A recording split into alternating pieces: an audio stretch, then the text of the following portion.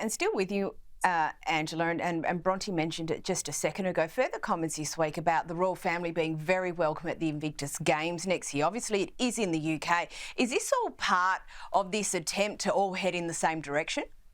I think this is obviously been leaked. It's not until 2027, these Invictus Games, so they're getting in 2 years ahead. And what what Harry's team is saying is that that the royals are all invited to the Invictus Games, and it's super important for him that he does have members of the royal family there. The last time there was an Invictus Games event in London, members of Diana, the late Diana's family, were there, but there was not a show from the royal family. I think this is part of that drive to think about what we're going to do looking forward. And of course, the King's Diary is booked out months, years in advance. So I think it's very strategic in terms of getting in there early. Yeah, fair enough. Now, Bronte, over to Montecito, and Meghan's rosé has dropped. The feedback has been thick and fast. What have we heard? Well, like all things that Meghan puts out there, you know, it's divided the crowd. So this rosé was first teased a couple of weeks back. It's finally dropped. As expected, it's sold out because everything that she's put up on As Ever so far has sold out quite quickly. This sold out within the hour. Again, we don't know how much stock was released, so it's hard to comment on what that means for demand. But again, you know, Meghan fans, as we always see with things, as I said, that she puts out, Meghan's most ardent supporters are saying it's wonderful.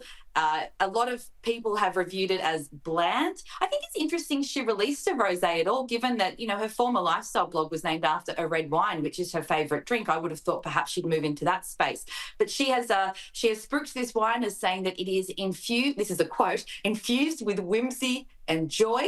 I'm not sure that everyone that's reviewed it has come back with that same conclusion. As I said, there has been some feedback that it's bland, but at the same time, once again, it's sold out. So who knows? At a $45 Australian dollar price point, you would expect it to be of high quality. It was made, I think, around 6 hours away from where she and Harry live, at a winery called Fair Winds Estate, which caters to a lot of celebrities. So look, you would expect a high standard for that price and for where it was coming from, but I wouldn't say that it's been overwhelmingly positive in the feedback so far. I do like the description of it, though. That did make me giggle, I do have to say. Angela, Zara and Mike Tindall were spotted in Australia at the last State of Origin match. Well, that was a nice surprise, wasn't it?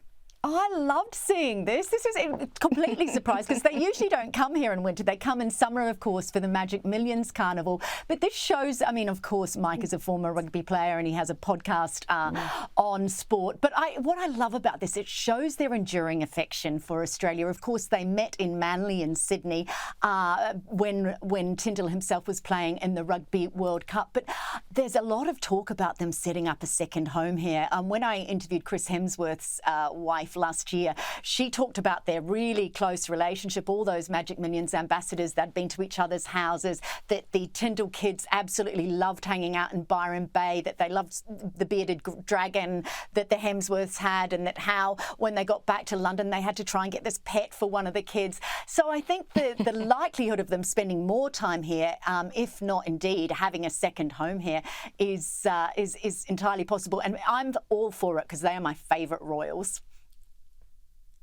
And what a great way to make yourself relatable to ordinary people, and particularly ordinary Australians, by turning up to the State of Origin. Thank you so much, Angela Mollard and Bronte Coy.